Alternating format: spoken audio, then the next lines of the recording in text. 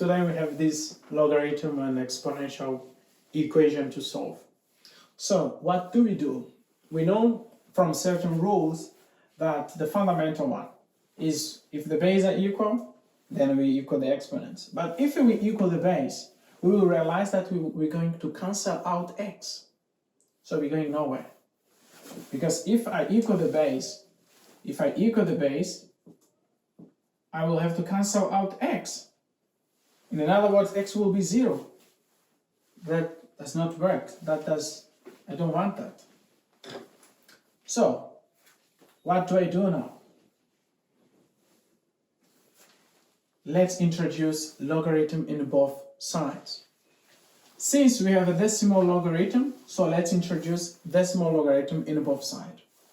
So I will introduce decimal logarithm here, and then I will have to introduce on the right side as well. Now, this log became the exponent of my argument, not of the whole log.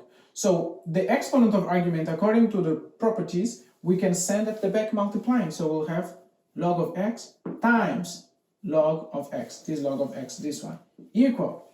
According to log rules, if the argument are multiplying each other, that means before they were summing the logs. The addition in logs, we multiply the argument, so it goes back.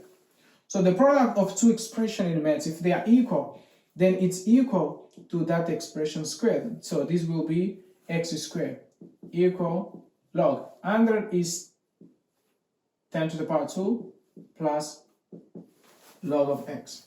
Now we will have log square x equal, these two can go at the back because it's the exponent of the argument.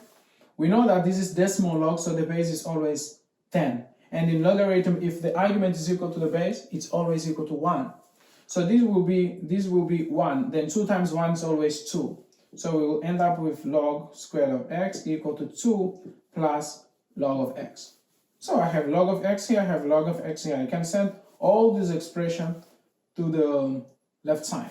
So I will have log square of x minus log of x minus 2 equal to 0. Remember, we can write also this one like this, because the exponent is of the whole log, it's not in the argument.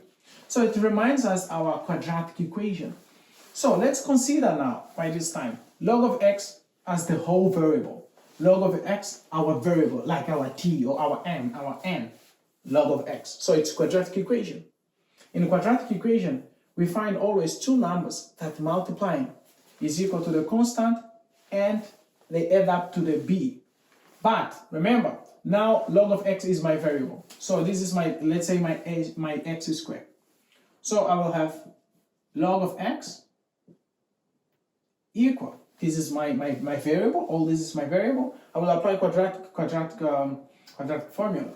So minus b. So my b is minus 1, negative 1. With the minus from the formula will be 1, plus or minus square root of b squared, which is minus 1 squared, minus 4 times a. My a is the coefficient of variable. All this is my variable, 1, times my c is minus 2 over 2 times a, which is 1, the coefficient of the variable.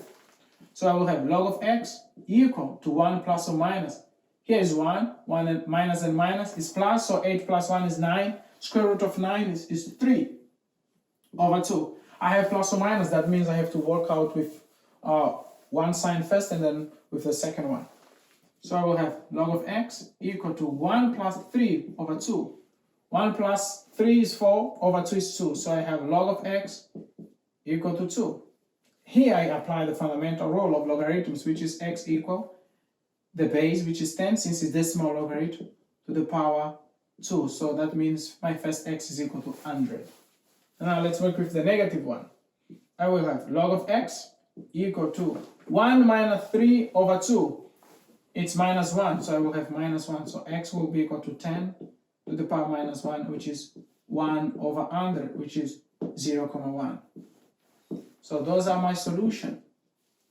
1 over 100, 1 over 10 and 100. Those are the solution of this equation. So if you enjoy, leave your like, your comment, subscribe, and most importantly, share with your friends.